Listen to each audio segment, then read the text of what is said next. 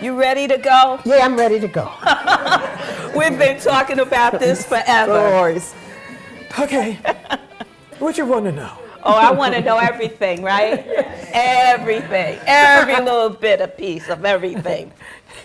So you're from Washington, D.C. Yes. Okay.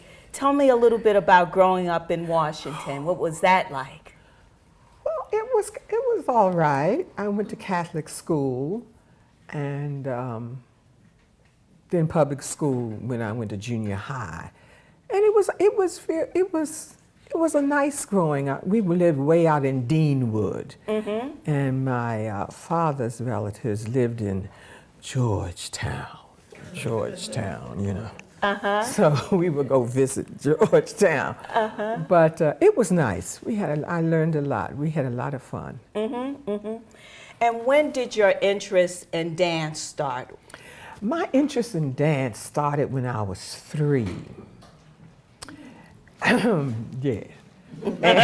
And I used to wait till everybody in my house, you know, outside or whatever, and I would put on the boogie woogie records. I could boogie woogie. And I would take off all my clothes except for my little white, you know, the white cotton panties we all wore. And I'd put it on and I'd do the boogie woogie. So I began to, you know, from there it would go whatever was happening at that time. And so my sister was, she's a dancer also. Oh. And she went to Alma Davis School. So my mother decided around when I was 5 or 6, maybe that's where they should put me, there with them. So I went to Alma Davis first when I was like 6 or 7. You know, let the family relax from all the energy and what have you. And then Jones Haywood School of Ballet. And then Ethel Butler, modern dance. She taught Graham technique. So that was my Washington experience. Now, even back then, did you dream of having a career as a professional dancer? No, I think about that sometimes. I really didn't. I didn't want to go to college. I thought that was a waste of time. But I didn't think really about being a professional.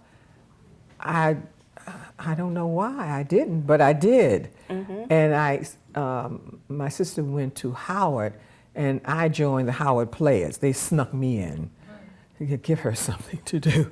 So I was one of the Howard Players. And that was a theater company? At Howard, yes. yeah. Dr. Owen Dodson was the head of it. And we did Macbeth and whatever else. And, but I really didn't think about the future. I just didn't want to go to college. So what they told me in order to be a part of the company is just go sit down in class. Don't say anything. Just go in the classroom and sit down. So that's what I would do. And then I got tired of that, and then I went on to something else. And how did you end up in New York City? What was that journey like? God. Okay. My sister was pregnant, and she was in New York. She had moved to New York. And when was this? What year? I think she started in 59. But anyway, she saw in the newspapers an article about auditioning for West Side Story. They needed, because some people were leaving. And she said, why don't you go up to New York? You've never had an audition. You don't know anything about how it's done. Just go on up there and audition. So I did. Before I have to say, I was the lead dancer in my school in Washington at that time. All right. I was the star. So anyhow, I went on up on the train and I auditioned. And the man sat with my sister. She was way out like this. And she's a wonderful dancer. Oh, she's really good. So then, you know, at the end, they say, people that they want to leave, and then those people stay, the lineup. So I was there, and I didn't think anything about it. I just came, I did the audition, and that was the end of that. And then they said, you know, Hope, you have got this job. And so I said, what? What do you mean I got it? Yes, you're going to join the show. I said, look, I just came for the feel of it. I didn't want to do the show. I'm the lead dancer. I told the man all about, I'm the star of Joe's Haywood, and I have to go back. I can't, I said, you don't understand. He said, no, you don't understand. That's what you don't know. You are going to, have you ever flown? No. He said, we're flying you home, and we'll give you a day. I think they gave me a day or two to teach my role to whoever. And then Back home. Yeah. And then they flew me to Chicago. Guess who was the first teacher for West Side Story? Go ahead, guess. Alvin? No, he wasn't bothered. He wasn't in West Side. Well, Jerome Robbins had come to check the show and clean it and terrorize people, and it was all really bad. And so when I came to rehearsal, he taught me all my stuff. Who? Jerome Robbins. And I didn't, I was 19 and I just came from Washington. You heard about Jerome Robbins, but you were not familiar with him really.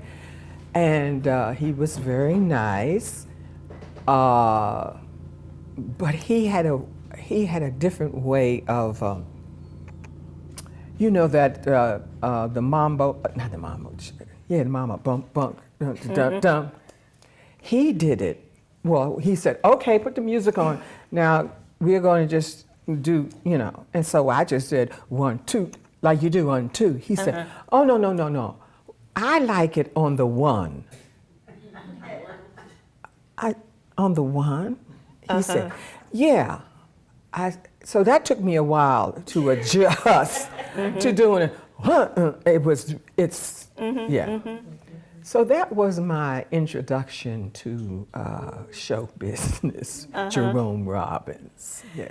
What was it like being 19 and being on Broadway? Because that's a tough schedule. Well, you see, I was on tour. So I just had to rehearse with these people. I'd never been around white people before in my life. I saw them on the bus, but I didn't live with them or work with them. So I just, they told me to come to rehearsal, and I would go to rehearsal, and that was it. It wasn't too bad. I wasn't a singer, so they had a problem with that. So that was the only, Was Rita in your company? Rita Moreno. Oh, no, she only did the film. Uh-huh. Yes, we didn't like that. Ah. No, we didn't like, because they only took one person from our show to do the film. None of us were involved. So we were not happy with all these new people doing the film. What was touring like back then for you? Well, it wasn't, they made it easy. We all had to have those chest kind of things. Yeah, and so we would just pack our stuff, give it to them, and they would deliver it to your room or whatever. So that was, all that was kind of taken care of. It was all right. Now we got to Cincinnati, and Cincinnati, they were very prejudiced. They didn't like these black people walking up and down their streets. So we found out about it. Everybody was prepared. So we would some of the cast members, the male cast members, we would go for walks and we'd hold hands, you know, and upset the people that said something. Oh, they did not like that. So that was the only thing, I think, problem that we had. Because everybody just loved the show, so that was no problem. And we were young, and we used to take Crystal. I'm telling her, we used to go in the theater. You know how they have crystals hanging here. Well, we decided, you know, our dressing rooms were really kind of ugly. So we stole, we went and took down all the crystals and put them in our dressing room, you know. So the owners of the theater said, okay, we don't really want those taken, okay? So we said, I don't know what they're talking about. So we took them all down, put them in our suitcases, and that was it. So those are some of the bad things that we used to do. And when did you move to New York? Right after we came back off the road. We came, West Side was the first show to come back to Broadway from a tour. So we came back, and I think we stayed a year there. And I decided there was no use going back home, you know. Might as well stay right here. And I began to be introduced to Louis Johnson and Tally Beattie. I joined his company and Louis Johnson's company. And so I got into that world, the concert world, along with the Broadway world. So that's when I did it. And when did you join Katherine Dunham's group? Let's see. I had been to Vegas with the Pearl Bailey show. What was that like? Okay. And so Tony Mordente was there. You know, Tony Mordente was in the original West Side. And he had been hired to bring West Side to California. And he said, well, why don't you come on? We'll go and do it, you know, in California. Well, while we were there doing West Side, we heard about the Dunham auditions. So I said, well, this West Side, we're not going to be here too long. You know, I might as well go see what Miss Dunham is up to. And so that's how it happened. And I got the show. And so you toured with that company as well? Yeah, yeah. We had a lot of people from all over the world. We had one young woman from Haiti, and then we had the Blue People. Have you ever seen the Blue People? They wear blue fabric, but the fabric is, it makes your skin blue. It's gorgeous, really, because it's the right color blue. And so the ladies would come in, and all that they would do was this. They would sit down, you know, together, and they would do just funny, strange things. And a couple other people from other worlds. So it wasn't just the Dunham Company as generally. It was a Dunham Company worldwide, shall we say. Did that give you a chance to travel internationally as well? Not with her. The only time I went with her was she was doing something and she asked me to come and assist her when we were in France. Then we went to Italy because she was asked to do Ciao Rudy. And so I assisted her with Marcello Mastroianni. Oh, fabulous, I loved him. So yeah, he was wonderful to work with. And how long were you with the Katherine Dunham company? Until it closed, you know, it would close and then she would find some work somewhere and then we were all gathered. And what I'm grateful for even today is that most of the original company members were still dancing. So when I came in, I was the kid, but they were all, I mean, it was so nice to have the original people, and they could really guide you and show you really how it's done, you know. So, and Dunham was still dancing. Wow. And Dunham would come out. Here she come. I'm gonna show you.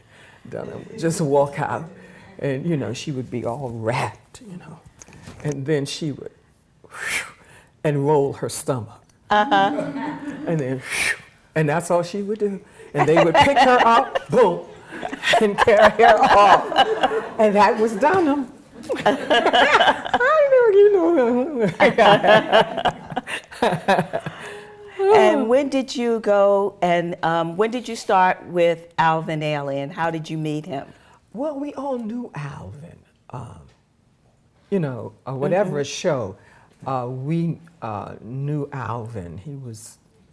He and Tally and all of Lewis, we all knew them. So he was, I think he had already been to Europe, Australia the first time. And so now we were invited, or they were invited to go through Europe. So he had to get more dancers. So then he knew me, so he asked me, you want to be in the company? I said, yeah. So that's how I did it. And now the first time, Dudley had just joined. Dudley and I had just joined. And we performed at the Public Theater. So that's the first time I had danced at Delacorte with Alvin, you know, because Tally was always there.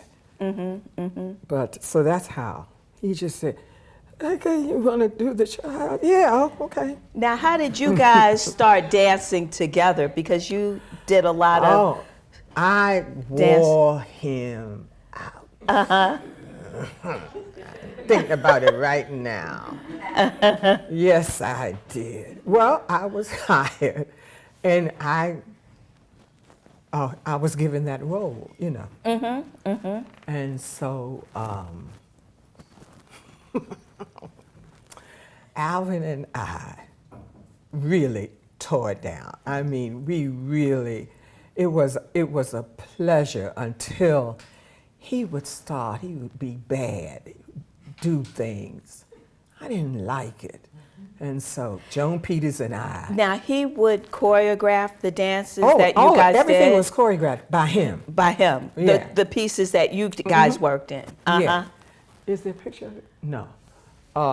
Carmen did it once. Yeah, we have some. Yeah, but it's not that It's duet not that that one? you're talking about. Okay. So he started. I said, we got to get him. And Joan Peters and I were roommates. I said, okay, Joan, what are we going to do? He did this. Okay, we got to get him. What are we going to do? I said, I don't remember what I did, but there's a picture of me here somewhere, and I'm doing, there it is, and I'm doing this, and he comes, and he's supposed to just yank, because it was a shawl, and he would just yank it. So he decided that he was going to really get me. I don't know what was wrong with him that day. And he yanked it and cut my arms. Now, why did he do that? Uh-oh. Me and Peters up in the room. Okay, what we gonna do? We got to figure this out. How we gonna get him? You know, so I don't know what we came up with, but I think, you know what I think? I think he enjoyed it. He enjoyed all these things that I was coming up with because it helped. Really? It helped the duet because it grew and grew and grew. The reviews for it were phenomenal, you know. But I think because he would say things to me just before, he would find out, he would do this, and not just to me, he would find out what you were sensitive about. And wait, you see. And I came, you know, one day we were some city, and he said something to me, and I almost went to pieces. And the shawl, I had wrapped the shawl all up in my, because I was going to get him. And so I came on stage, walking like, I'm gonna get him. But he did that purposely because the duet went from here to up here, you know, and so he said, "Oh, I see what I got here," you know, and that's what he would do. Wow. I want to ask you something. I've always have been interested in this because I think, you know, dancing is so physical. What do you do and what did you do back then to be able to keep up the stamina to do that? And what is the training like? There is no training. I think a lot of people wonder about this. And I don't think, how can I ask this question? Okay, you get this job and you're used to taking your classes. You've built up, I guess, your dance abilities, your stamina. And so once you go into these shows, which some really difficult shows, you kind of build it up. You're in rehearsal, so the rehearsals build you up, and it just grows. So by the time you get on stage, you know, you're fine. You have built it up, and you're ready to go. I just heard quite recently what kids are doing in these shows. They have decided, these Broadway shows, the chorus kids have decided, and this really happened, that they're on stage or in there, whatever they're doing, and they decide, I'm tired, I can't do anymore. And they've been walking off. They just leave. In the middle of the dance or in the middle of the show, they have decided, and nobody does anything. I said, well, don't you call equity to tell them? When the union rep comes, they'll be saying how ill they were and they were trying. So it's become a new thing on Broadway. Oh my goodness. They're on the stage, I'm tired. And they go and sit down. I couldn't imagine doing that on any stage. This is what's happening. And they make good money. Those kids make very good money. We didn't make any money, but they did. My goodness. That's what's happening. Yeah. So, what was Jelly's Last Jam about? It was a brilliant show. Yeah. I must say, George really did some brilliant work. And we did two different ones. We did one in California. Oh, I gotta tell you this story. I was at Otis cooks, makes great soups, and he was the original choreographer. And we were sitting there, and I'm eating the soup, and he said, oh, by the way, you're gonna be doing the show. What show? What were you talking about? Oh, you're gonna be doing Jollies. I said, you're doing Jollies. He said, no, I'm not. I said, have you told him? No, I haven't told him yet.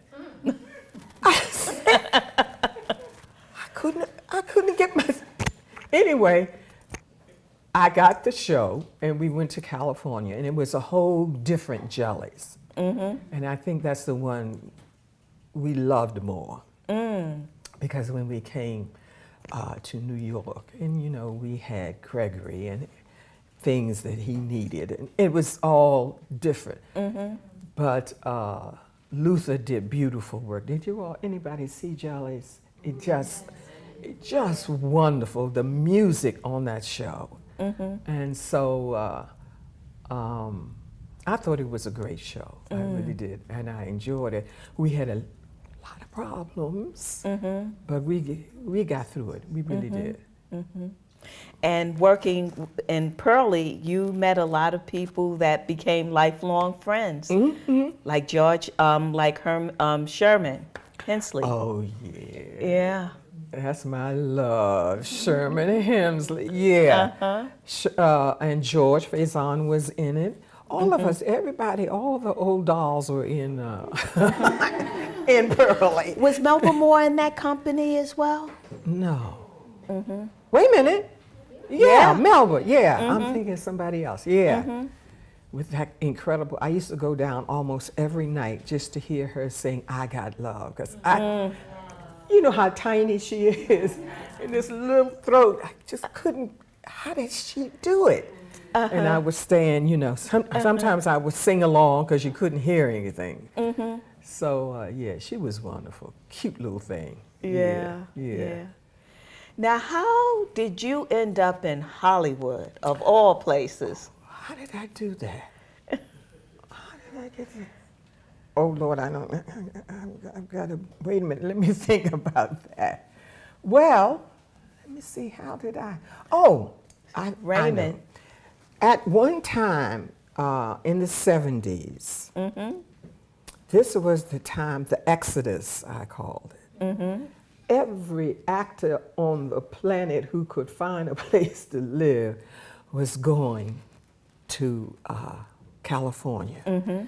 So Raymond St. Jacques would, when he was around in New York, he loved dance. And so he had seen me dance. And he waited one time afterward, I think it was a tally, something with tally. And he says, you know, I really enjoyed your dancing, but you know, you're an actress. You should come to California. I said, yeah? He said, yeah, you should. That's what you should do. I said, okay. California.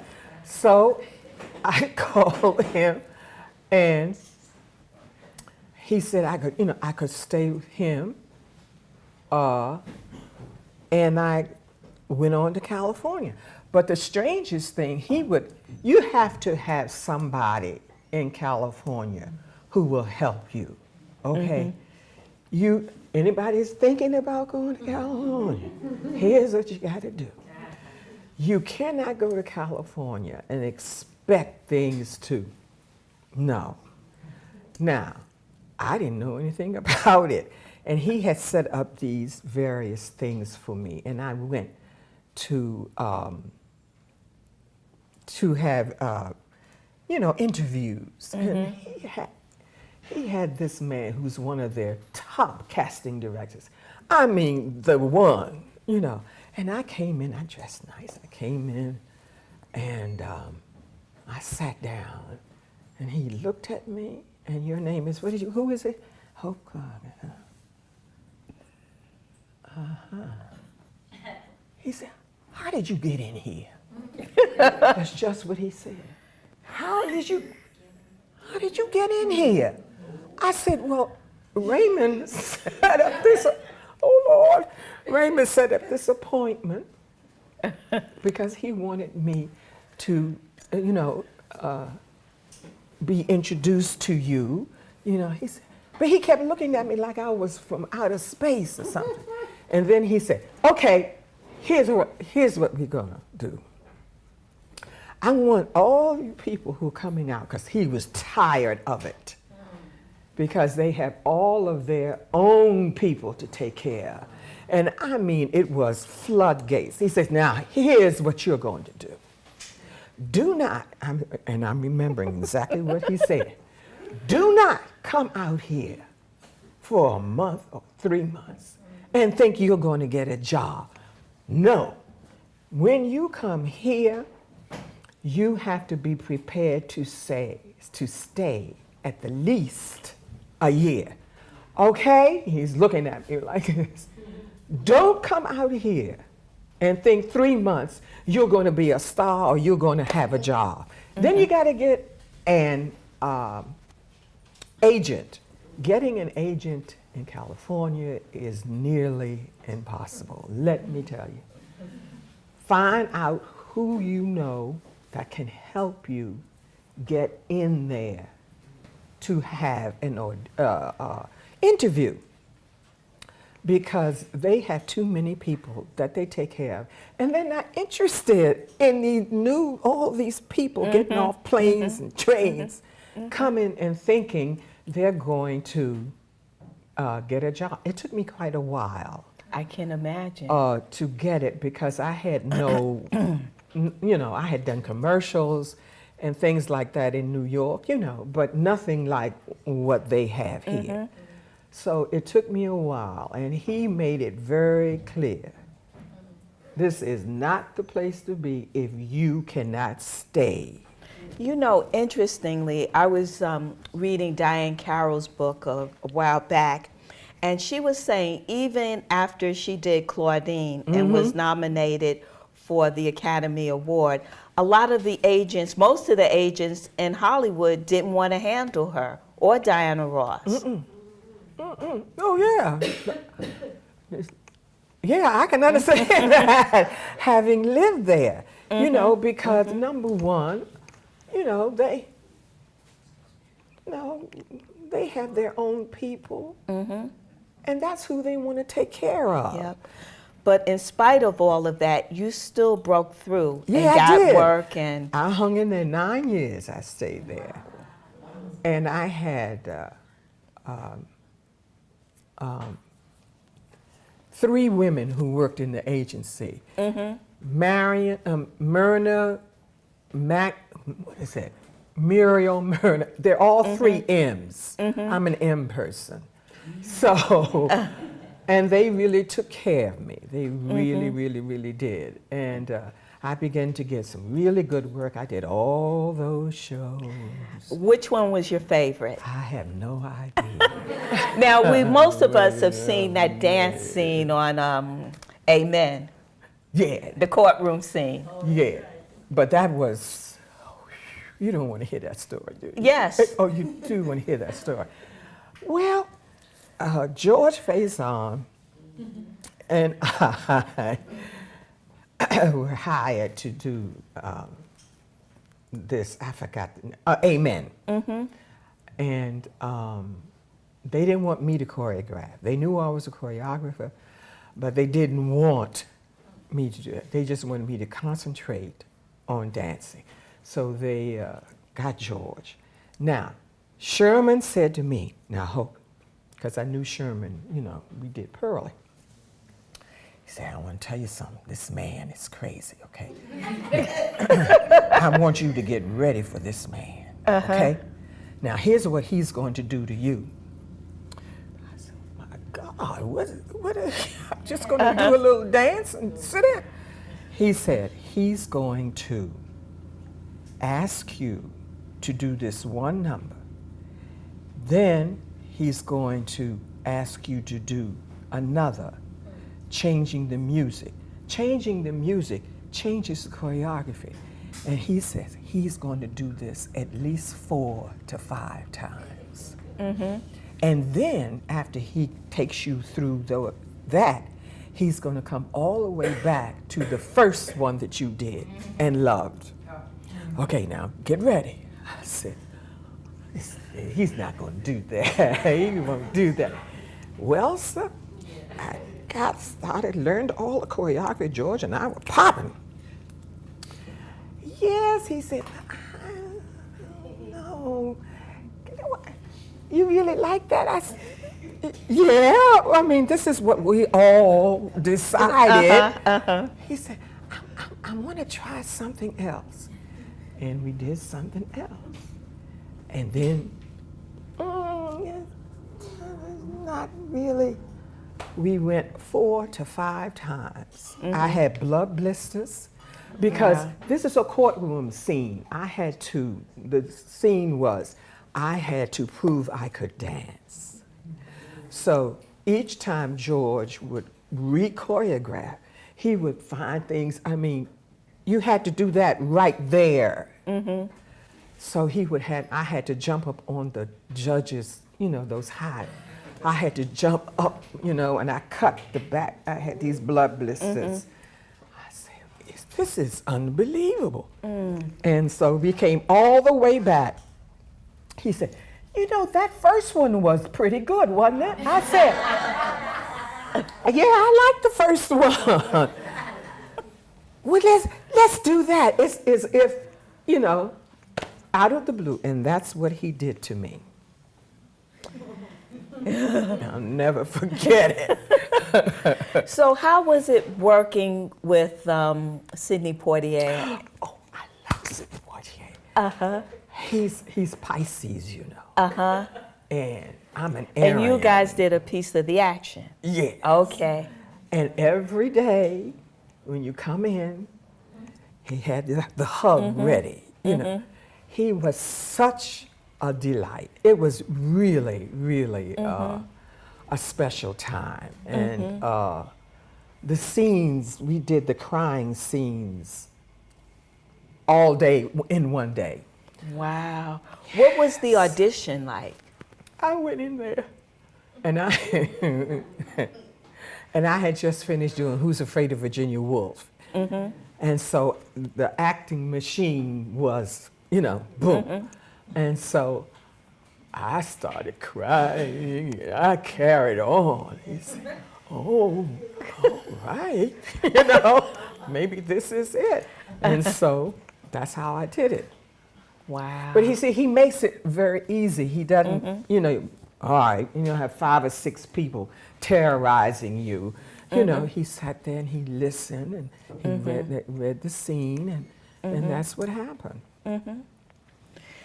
Do you have, since you work in all of the disciplines, is there one that you like? Is it dance? Is it choreography? Oh, it's is dance. It it's really theater? dance. Film? I really do. I like the whole process, the dance. Acting is okay. You know, you memorize it or not. And, but I think dance has that discipline. It has so much, you know, that you can use in your acting, in your choreography. I mean, you can use all the things that you have learned through dance, you know. Most people, most producers and all, they loved to have people who can dance and act because they know about that discipline. See, and dancers generally get there on time. They got it. They memorized it. It's not a whole, you know. So it's. I think it's dance. Do you think it's dance? I think it's dance. And when did the directing bug hit you? When did you decide you wanted to? I don't know. People kept telling, oh, why don't you do that? Danny Holgate used to, you know, Hope you're the choreograph. I don't want to choreograph. I want to just give me the step.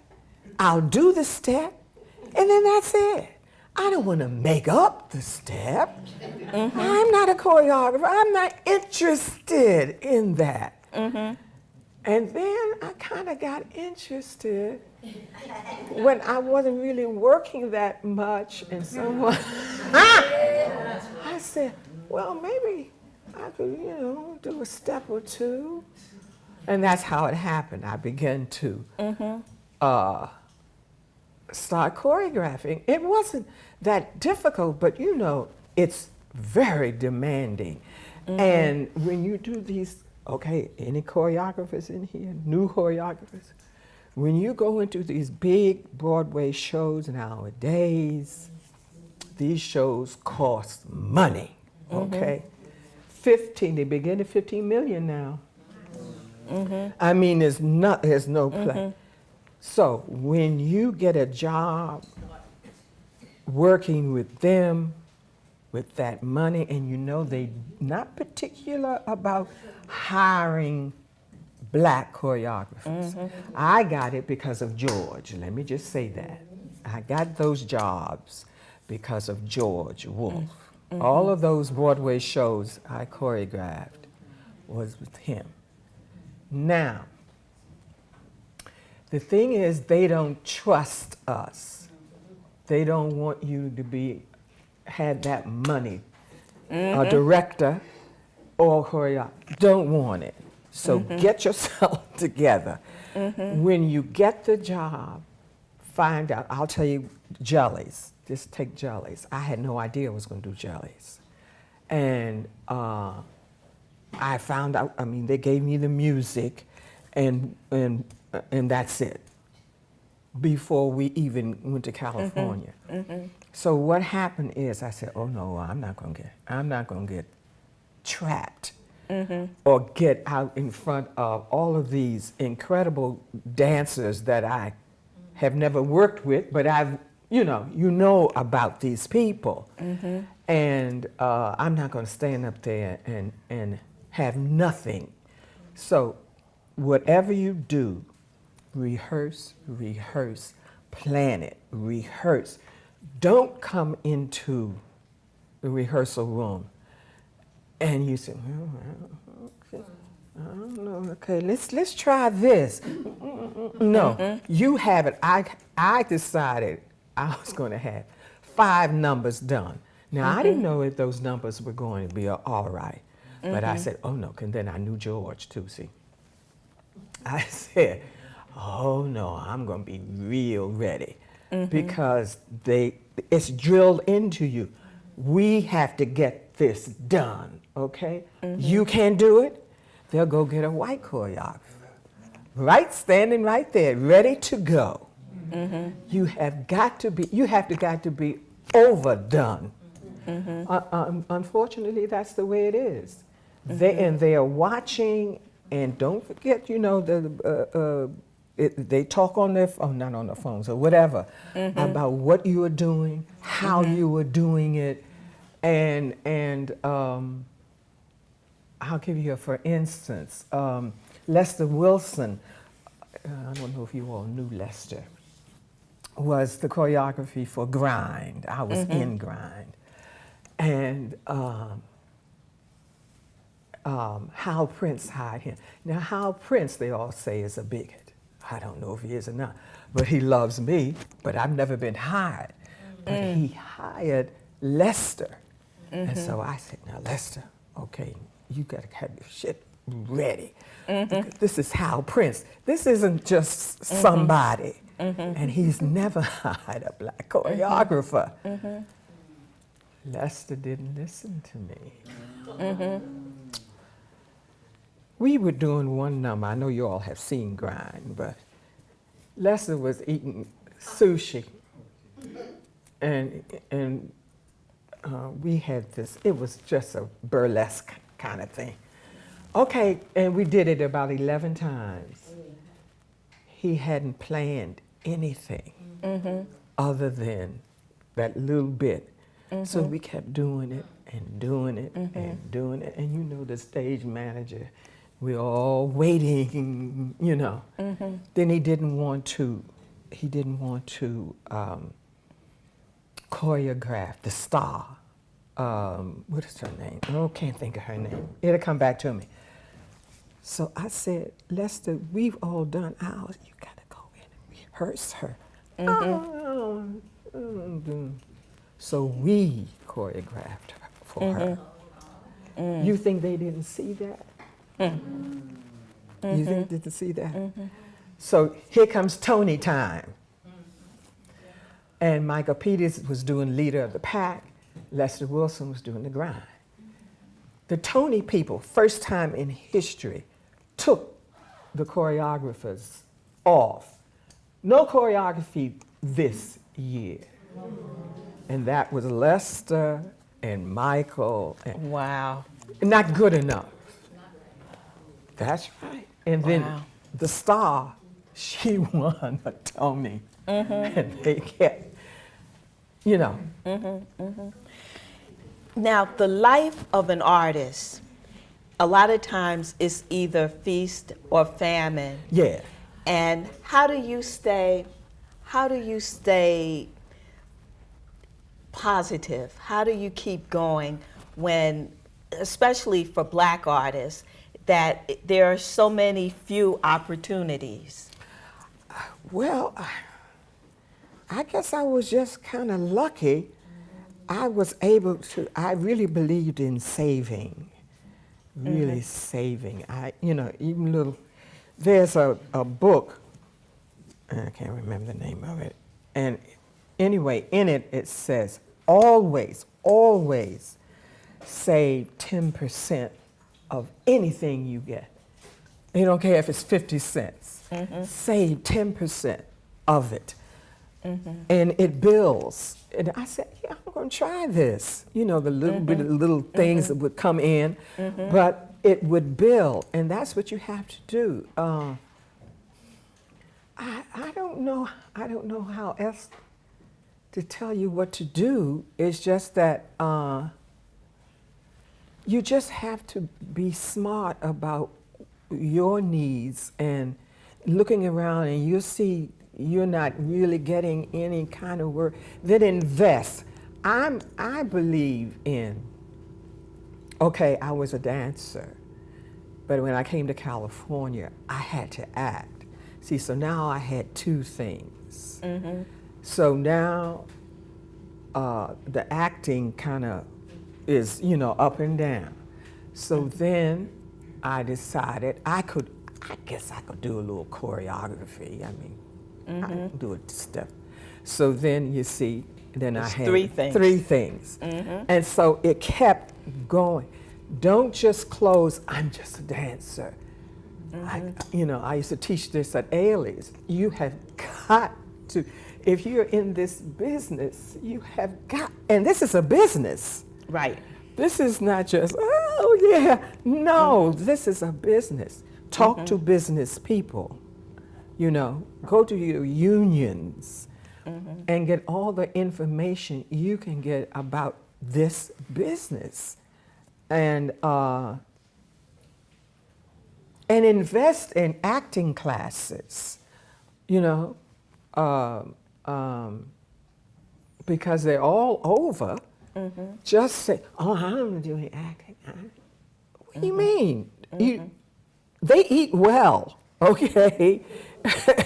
Don't put it down, you know, and I tell the kids in my class, I said, try to do some commercials.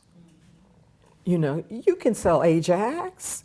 I mean, you know, you can sell it. They'll like you. And the students just looked at me like I was crazy because they're in the Ailey school and we're learning to dance. And, you know, no. It's more than a notion. It's not going to be unless you're very, very, very lucky to get in that one company, the Ailey company, you know? And everybody's trying to do that. But there are other companies, and then there are other things you should be doing because you are in business for yourself. Think of it that way. And what can you do in this business? You know, you can teach, but that doesn't, you know, it doesn't, okay. But there's so many things, but they get so into, I'm a dancer, you know, I'm wonderful and divine. I said, you gotta eat though. Yeah. Gotta pay those bills. Yeah.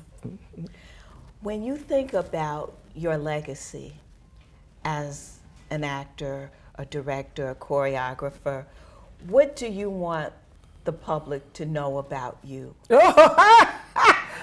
I don't know. That I really did try to do my best. I really did.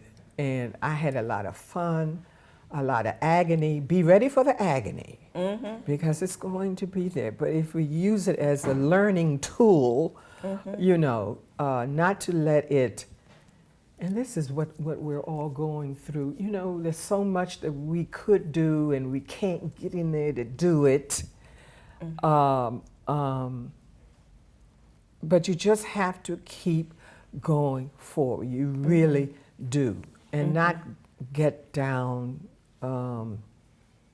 into a depression. You know, there are a lot of depressed people these days because they're not, their business isn't doing it, you know. But you've had to find other ways to do it. If it's not doing that way, possibly it might another way, you know. So you stay busy. Yeah. Tell us what you're doing. Oh, well, I'm getting ready to go back to Hartford. I do Christmas Carol. This is my 22nd year. at Hartford Stage. I also have one in Houston, same show. We took it to Houston. So that's what I'm getting ready to do. And then Sheila and I and several other people have started this company. I don't know why I did this. Why did I do this? See, I was out of work and I came up with this idea.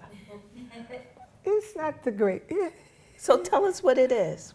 I don't know. Now, I've heard. It's a theater acting dance company. You have to be over 50. Okay. Carmen de Lavalade and I did it over 20 years ago, and we never did anything. We had meetings, and then everybody went their way, and there went the whole idea. So one day, what was it, 2-3 months ago, I said, you know, we should go back. We never finished this idea. And it's and a lot of 40, 50-year-old dancers who really can dance, but nobody is hiring them. So I said, so that's what we're doing. And we're going to have a salon December 14th at DTH, and it's going to be acting and movement and dance. Terrific, terrific.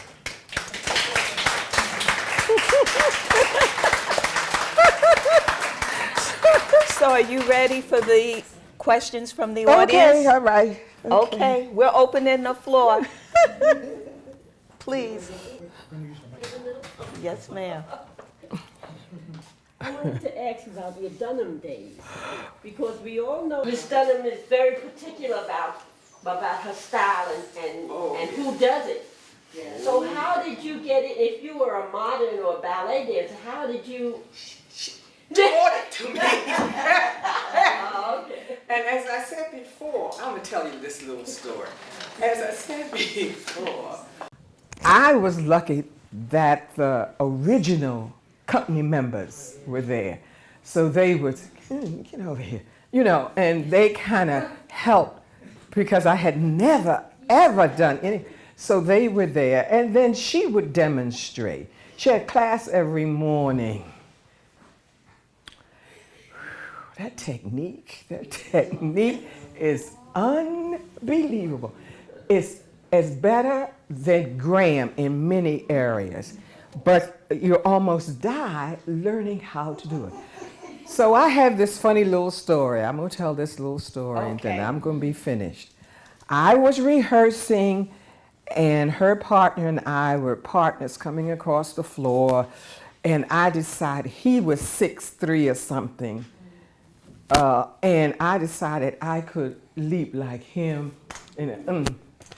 So we were coming across the floor, and I just leaped, and he's slightly ahead. I didn't like you to be ahead. So I tried to catch up with him. And I snapped my toes. Just snapped them, boom. I said, oh my God. And so they took me to the hospital. Meanwhile, the toes had frozen. The toes were like that. And I came back, and they told me I could not do the opening of the show. I couldn't be in the show. The hospital told me that. So I said to Miss Dunham, Miss Dunham, I had a cane. They gave me a cane. Oh, I was cute with the cane and everything. And so I won't be able to do the show because you see, I can't dance. I can't bend my toe. I can't do anything. And she said, what? She never talks higher than that. So that's how she does it. I said, no, I can't do it. She says, Hope, I want you to go into my dressing room and wait for me. I said, okay. I always wanted to go in her dressing room because you hear things over the years about Dunham. Yeah, and I'm getting ready to see it. She has the medicine chest was the thing that was famous. It would whoom, whoom. So all stuff that the dancers need, medicines, anything they needed, right? Or anything they needed was in that thing. And I was anxious to see it, see? So I came in, Here she comes. She said, let me see your feet. Oh, I said, oh, Lord, I was so nervous. And, I showed her, she looked at it. Then she went over to the medicine chest. I said, oh, good. She opened it, boom, boom. And she was like,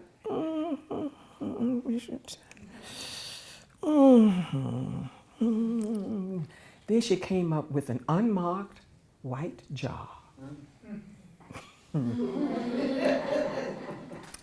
Nothing on it. So she opened it, and what was in it, it looked like to me is lanolin, white lanolin. That's what it looked like. She says, here.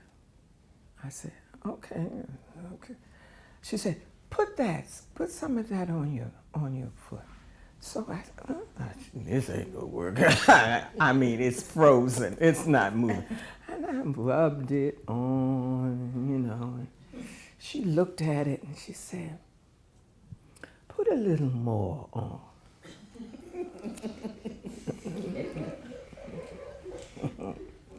Now the toes are like this. She said, now bend your toes. Shoom. She said, now I want you to go back to rehearsal because you will be doing the opening. All right? And if you have any problems, if they stiffen up or they're pain, come back and we'll put a little more. Okay? Now you go on out. That's what she did. Ah! Yeah. Incredible. She did it again. Problems after? Yeah, I had an ankle problem with Tally. I called her, I need the stuff. Can you send it to me? I was at rehearsal, let me.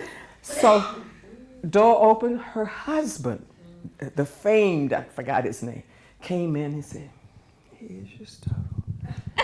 Thank you. Because, in dance you have to releve. I mean, that's one of the things you have to do. Releve, it just left me. I couldn't do it. And Michael Peters is waiting for the stuff. He was sitting where you are. And I'm rubbing it, and they all, quiet. Everybody is waiting. Boom. Okay, I went over to the bar, limped over to the bar. Releve. So nobody knows what that is, and I don't know where it is, but that's a true story. I never had to come back to put the stuff on my toes, never once. There you go. Too bad she didn't market that. I don't know what it is. But in the voodoo world, or Haiti and that world, these things are not just made. I don't know how she managed to give it to me, but it's always made for you. It isn't just here. Your essence has to go into it. Yes. Well, I guess her essence was strong enough because she just in here, and that was it. So, anybody else? Any other questions? Miss Hope. Yes. The over 50 group that you're talking about, the dancers, were they the ones up at Grant's Tomb?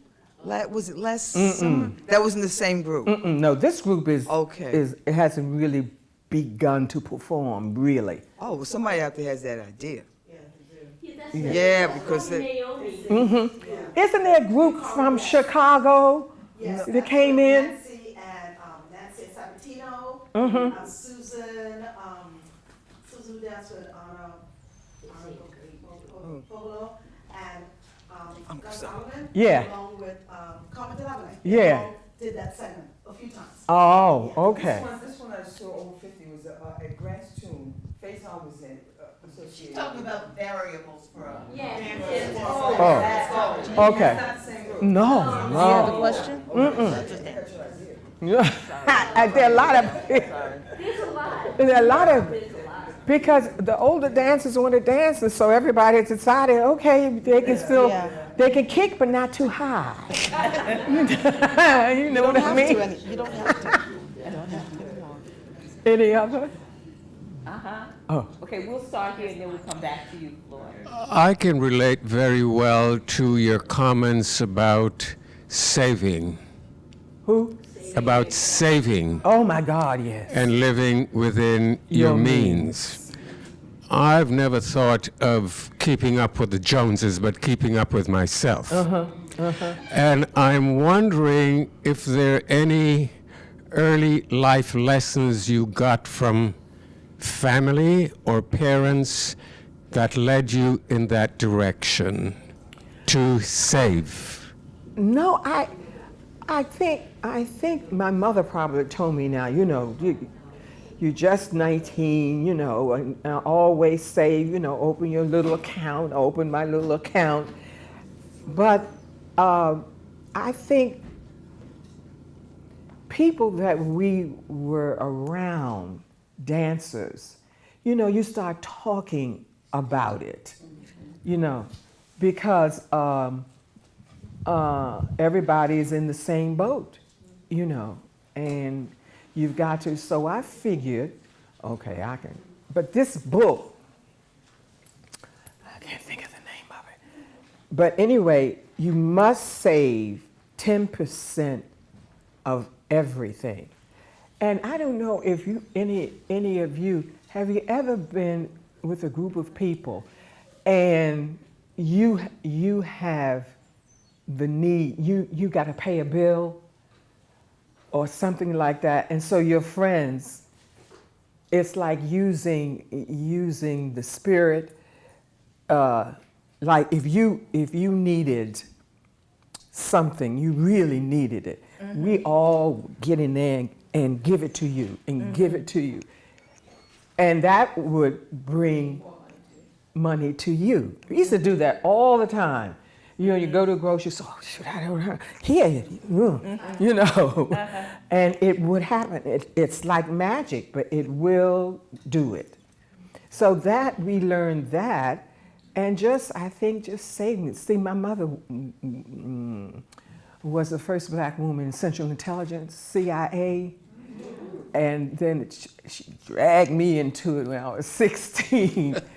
So, you know, she was really kind of the primary, what is it, of my family. You're right. She was kind of, she did it, you know. So she, that's all she said, you know, you really have to take care of yourself. That's all I know. I'm sort of wondering how the civil rights movement may have affected your life, whether there are things that you did, you started out doing, maybe when you ended up, you were doing something you didn't maybe consider you could do, or that was, you know, not what black actors and actresses did. No, I really stayed in this world. I didn't go out of it. Either I stayed dancing, acting, choreography. I've never had a job. What is that? When you go to different people for cosmetics, what is that? Mary Kay or Avon? Avon. I did a couple of days of Avon with my friends. And then I didn't like the idea of going to somebody's house. I ain't like that. So bye-bye Avon. So that's the only job I've ever had. Because I figured out if I do my little 10%, if I do this, I'll be okay, you know. And I used to work a lot. This is my first year of not working a lot. I have been very, very lucky to get work in any of these fields. That's why I tell them, you got to have more than one. I'm telling you, you got to have it, because this is what's happening in our world now. And the best dancers on the planet are no, the best actors are dancers. A lot of directors, if you're a dancer, you can get in there because they feel that you know how to move around the stage, you'll memorize, and you know, you on time dances. So they like work, because actors can get very, I don't feel good today. Dancers, you don't catch a dancer doing that.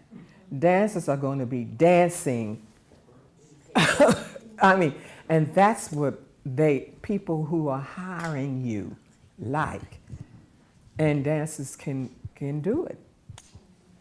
When you think about the type of career that Debbie Allen has had, you know, she's a dancer, she's a director, she's a choreographer.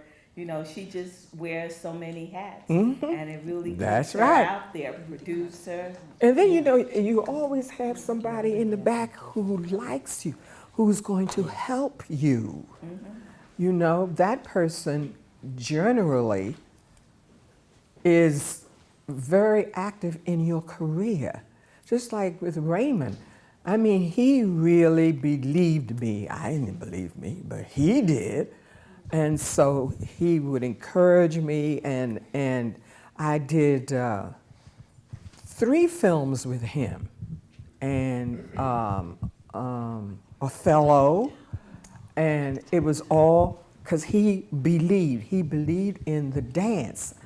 You know, I don't know why, but he did. And so I was able to get jobs through him in the beginning when I first got to California. But you've got to have that person. I mean, it's very difficult to do it by yourself, all alone, all the time. I mean, it's almost impossible, you know, because people who really believe in you, they can open a door. You know, even if it's a crack, you know, you can go and you can open that door. But you've got to have somebody who can open the door for you, you know. Any other questions?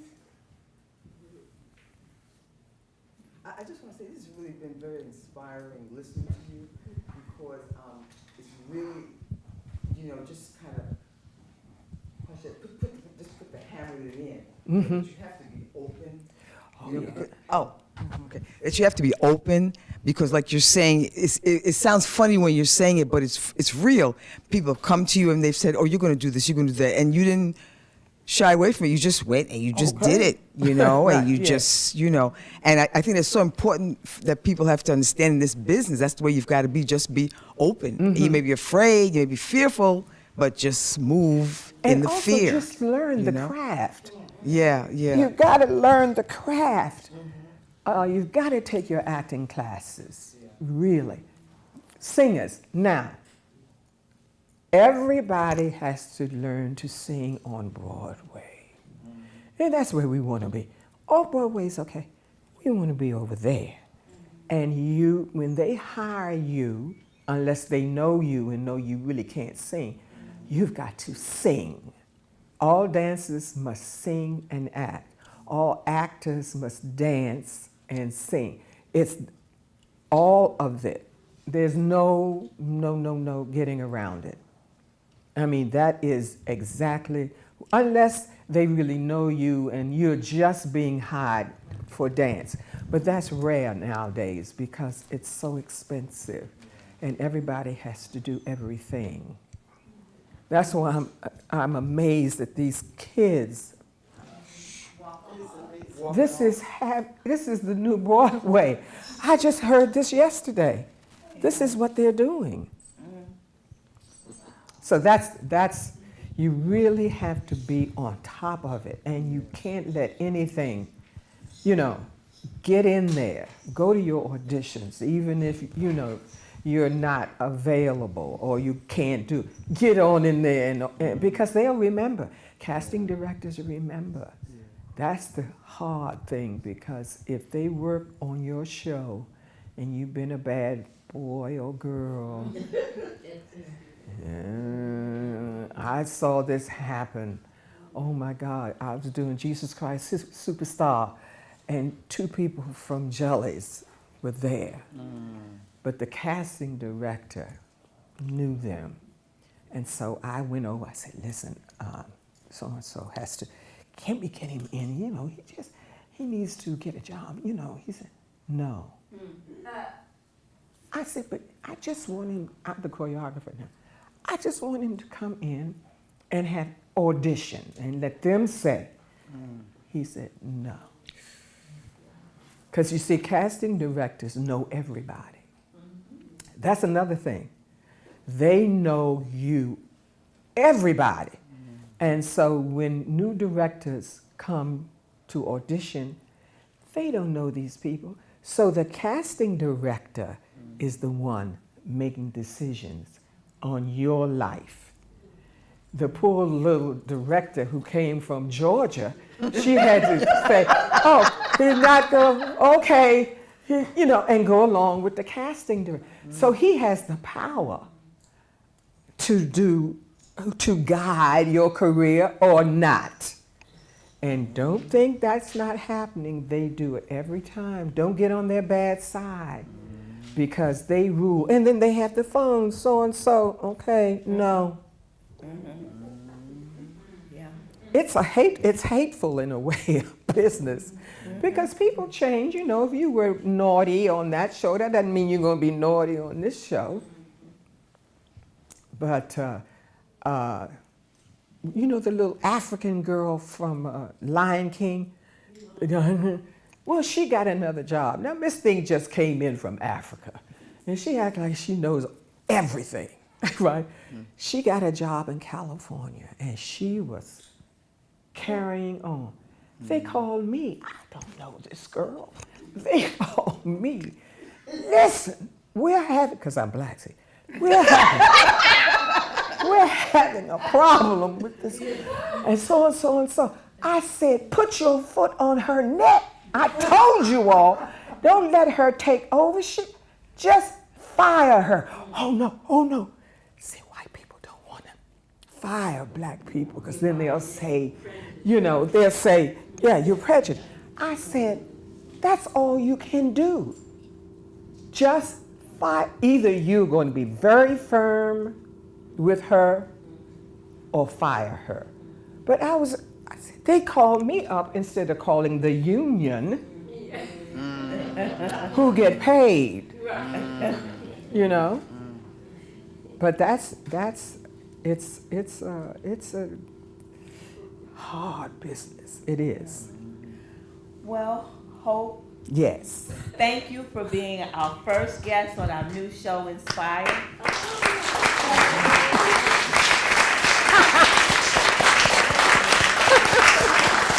Thank you. So I just would like to thank everyone for coming out. We do have a reception to follow, and I hope you enjoyed the presentation today. And so we have a couple of other things coming up. We have December 8th, AGM Takes You to the Caribbean. We'll have play readings by Roger Paris and Floyd Davis play the Boat People series. So we look forward to seeing you there. And I just want to say thank you to, this is not a one-person effort. I have so many wonderful people who work with us, from the co-producer Dolores Jackson, our stage manager Pearl Williams, our tech crew Michael Smith, and our sound designer Roger Paris, and our stagehand Eddie Weaver, and to to all of you who came out today. We really appreciate it. So thank you. We have a little green bag somewhere in the back, so if you're able to make a donation, we would appreciate it. But if not, please stay. We're going to have a reception, some light refreshments, and get a chance to mingle with everyone. So thank you all again. Oh, yes. Oh, yeah. There to look at. Okay, thank you. Thank you. Thank you, Hope. Thank you, honey. Okay, thank you. It was fun.